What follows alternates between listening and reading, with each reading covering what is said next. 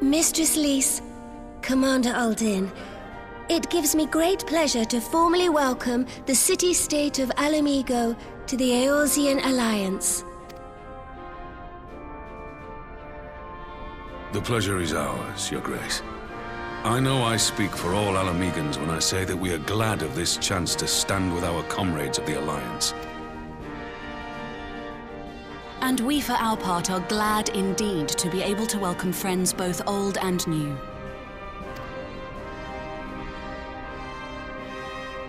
Lord Hien of Doma, at your service. Pray, accept my heartfelt thanks for your generous invitation. Nay, 'tis we who must thank you for journeying so far. And 'twould be remiss of me not to acknowledge the part the Scions of the Seventh Dawn have played in bringing all of us together. In times of great unrest, you and yours have been our constant companions, without whom we would not be here. With apologies to Lord Hien and Mistress Alisaie, it occurs to me that we have not gathered in this way since that fateful day in Uldar. The day I lost my arm and my freedom. As I lay in my cell, never did I dream that I would one day be given the chance to represent my homeland at this council. I would not even be alive had you not plucked me from the jaws of death. You, Yugiri, and Alphino. Would that the lad could be with us.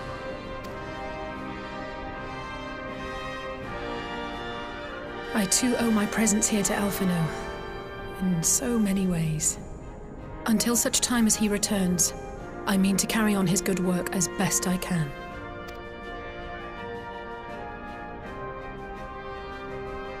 Come, friends.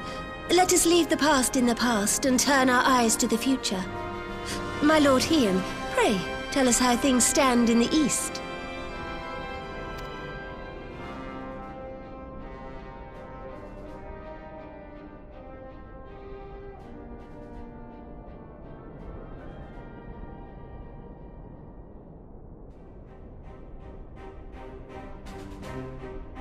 Having heard the rumors of dissent in Garlemald, I dared to dream of a peaceable solution.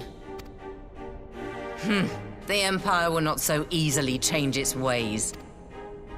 If the Garleans have a mind to take back Doma and Alamigo, we'll be hard-pressed to stop them, even with the might of 6 nations. But while we lack the strength to fight the tide, a course may yet present itself, if we read the winds aright. The winds suggest but one course to me.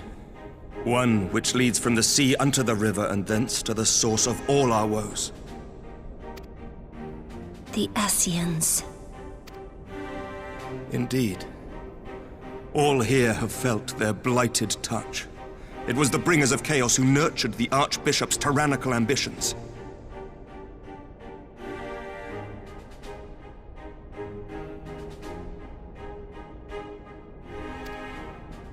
They who bestowed upon him the secrets of summoning, as they have so many others before and since. And while they remain, we shall know no peace.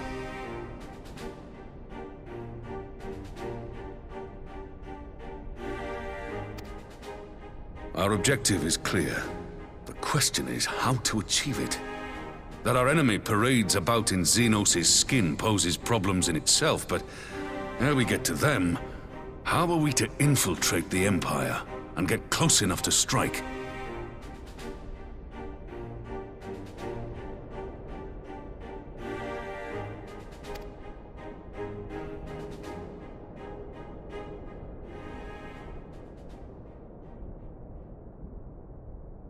While I see the wisdom in targeting the Ascians, an assassination attempt on Garlean soil would do little to aid our cause, even were it to succeed.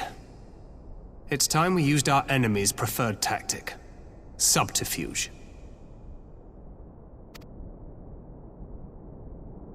You have an idea? Speak your mind, Master Thancred. None here know the enemy better than the Scions, and you mayhap best of all. Whatever it is you propose, we will give it fair hearing. On that you have my word. Very well, Admiral. My proposal is thus. We dispatch the shinobi to Imperial territory.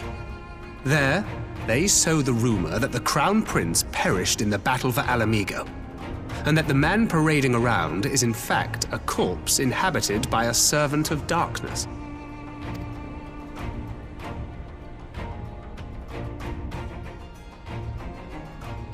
Well, it does have the ring of truth about it. And were the Garleans to learn that their future ruler is a puppet, the Empire would be shaken to the core.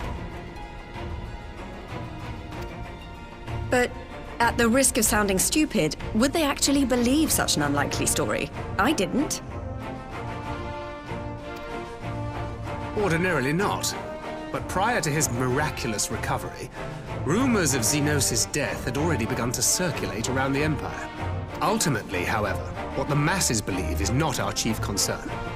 Our true objective is to create an opening for rival factions within Garlemald to exploit. Just as a war of succession erupted in the wake of Emperor Solus's death. A war which raged until but recently, plunging the Imperial House into disarray as nephew and uncle grappled for the throne. It is no coincidence that one of Varus's first acts as Emperor was to name Xenos heir apparent, family feuds being so tiresome when armies are involved. Not all welcomed his choice of successor, however. There is no shortage of individuals who aspire to the throne, who would jump at any chance to seize power. The news that Xenos is not only dead, but a puppet to diabolical forces, would be too enticing to ignore. The Empire would not be quick to recover from a second war of succession. I am no stranger to infiltrating Imperial territory. With a team of operatives gathered from among the Alliance's finest, the plan should have a reasonable chance of success. Doma already has shinobi in place throughout the provinces. We stand ready to act, and act we must. What say you all?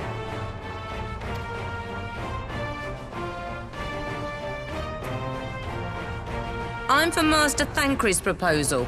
We shine a light upon the Ascian and test the Empire's unity. 'Twas his plot that scuttled Doma's negotiations, was it not? Why then, if we can eliminate him, there may yet be a chance for peace. Let us wage this war of subterfuge, that we may one day lay down our arms. Gods know we never will while the Ascians remain.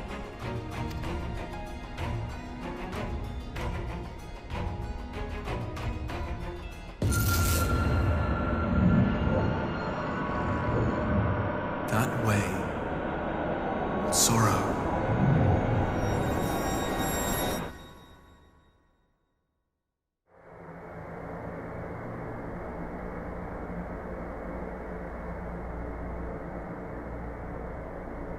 History must be changed.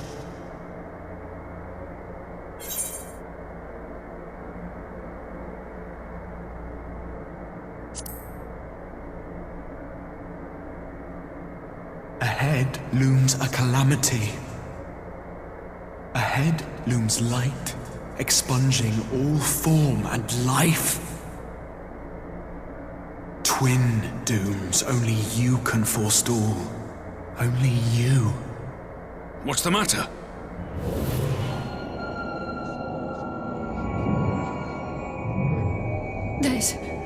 There's a voice!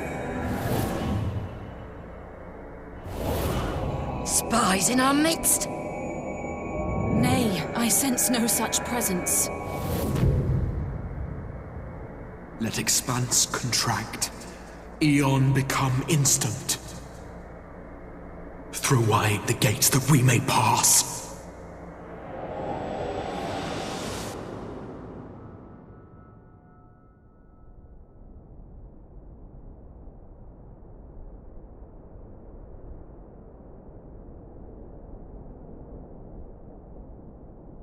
Is it over? Master Thancred!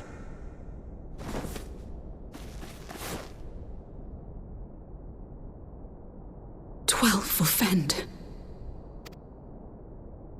Bear him to a private chamber. Have every healer make ready. Swiftly!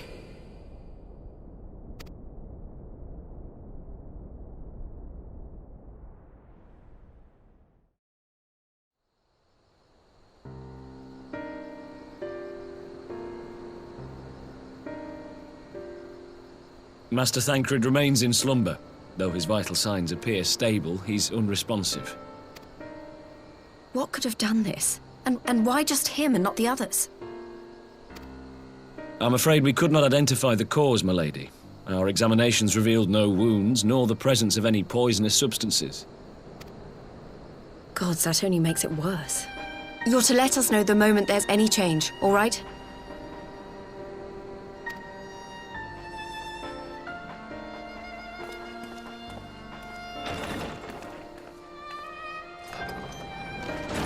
Thank you for coming. Knowing Thancred, he would apologize for being otherwise engaged at so crucial a juncture. In gifting us a course of action, Thancred sowed the seed of all that is to follow. We have but to nurture it as best we can. To him, I would say, rest easy, that he may wake to enjoy the fruits of our labors. Now, the matter of the mysterious voice must not be forgotten. Will you tell me exactly what happened? Alize and I heard a voice in the moments before Thancred collapsed. It was accompanied by a severe headache, as if something were clutching at our minds. Did you experience the same thing?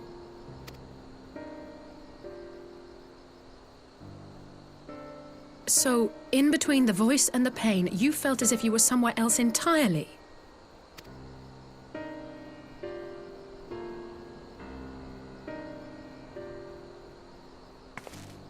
Your testimony confirms my suspicion.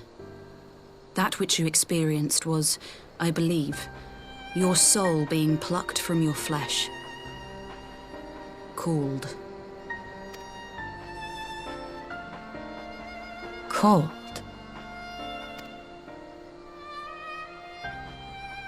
I myself examined Thancred. Reach out as I may, I could not sense in him the spark of life that is his soul.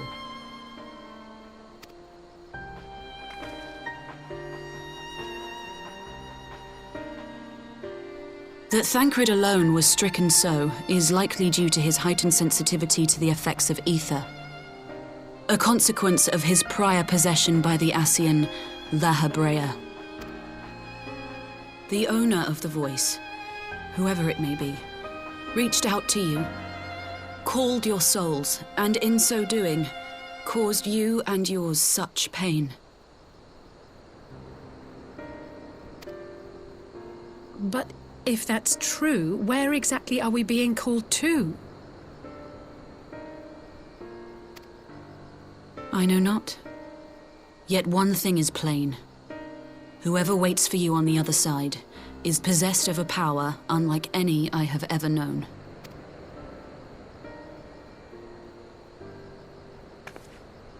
Forgive us, Lys, but may we leave Thancred in your care for a time? As if you had to ask.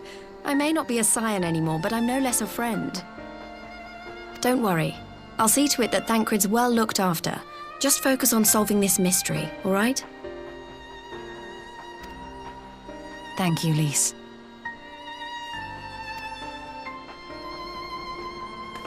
As the Elder Seedseer says, 'tis no ordinary individual we are dealing with.